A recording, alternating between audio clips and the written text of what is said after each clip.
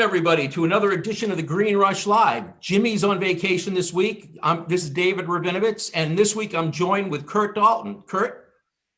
Welcome, everybody. Like I said, Jimmy Young, our fearless leader, is on vacation in Maine. I'm sure he's having a few lobster rolls and some gummies right now, but he trusted us for 1 hour to run Green Rush Live, and we have an all-star lineup. Now, we're going to do a little freeform this week. It's not going to be about news events.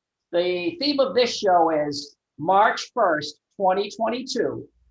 Cannabis legalization happens in America, whether it's through Joe Biden, a vote, we know it's coming. The moment happens, and we want to get some industry experts' opinion on what are you doing 3 months leading up, 2 months leading up, and the day it happens.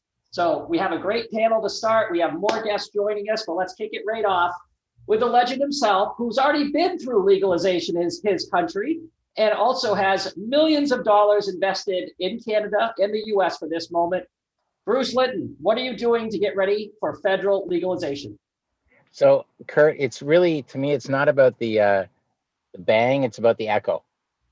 And what I mean by that is, as a non-American, I appreciate the mega unbelievable influence on a global perspective that the US has.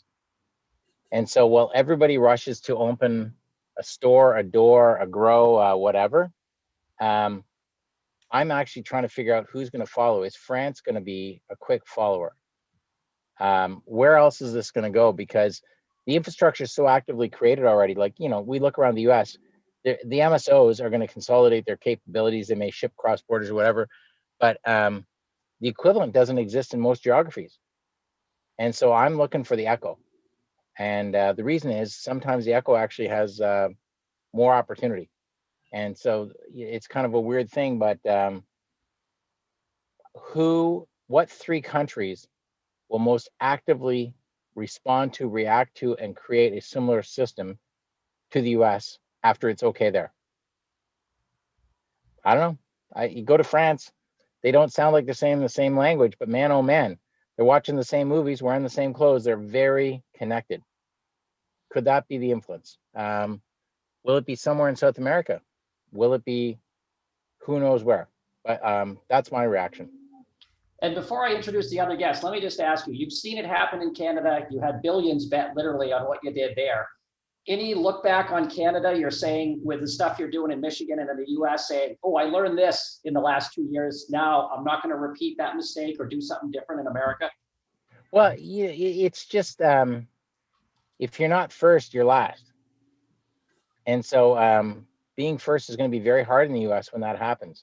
And that doesn't mean it's not easy to be first in other geographies. So like when I think about what Canada did with medical in Iraq, you know who was second? Germany. Germany was the most active creator of a medical system, which was super rational. And I would suspect if not for COVID, there would have been a serious evolution of that platform in Germany, which would have influenced all of Europe.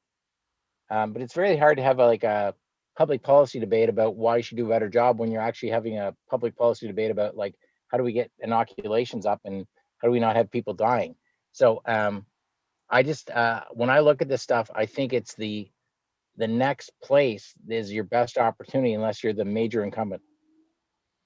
Gotcha. Now it actually leads me right to Deb Borchardt of the Green Market Report has joined us. If you're not familiar with Deb's work, think CNBC, only for cannabis. Deb, Bruce just hinted on something about what falls after the US, and I was going to ask you coming right on. Will legalization March 1st making up a date? Are we going to see massive M&A, massive mergers? Is this when BlackRock and Goldman money will get the go-ahead to come into the industry, or is something else going to unfold in your opinion? I think it's going to be tremendously disruptive in many ways. I think the whole question will be whether that legalization factor or form that we see actually does include the federal status.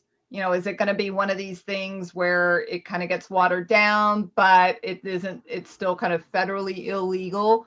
Or are we going to go the full Monty and have that? If we're going to go the full Monty and have full legalization where we know the banks are not going to get in trouble, then it's going to be really game on. And I think you're going to see a lot of changes. I think you'll see a lot of stocks uplist from the OTC, even though it will be more expensive for them to list on the NYSE or the NASDAQ. You're going to definitely see a bunch of that. I think you might even see a lot of them shut down their Canadian stocks. They might not see any need to have that anymore. So that could certainly, to Bruce's point, you could see an echo affecting the exchanges up in Canada. I think you'll also see a lot of disruption on the banking side. So now the banks that weren't wanting to do this business are going to start to really start to elbow each other over who wants this business. I think they're going to be fairly selective and only want the big players. Otherwise, it's just not going to be worth their trouble. And then I think we'll also see a lot of consolidation. I think that at that point, maybe you'll see the big banks looking at some of these smaller retail point of sale companies or some of these transaction processing companies that are in cannabis right now and try to gobble them up. So I think we'll start to see a bunch of that. And then we'll see the smaller companies that couldn't compete. They're probably going to go under. So it's going to be certainly very disruptive within the industry as people start to adapt to the new landscape of having these businesses come in. I mean, all of a sudden, if you're able to have Visa and MasterCard process transactions, that's game changing for a lot of the entrepreneurial companies that sprang up.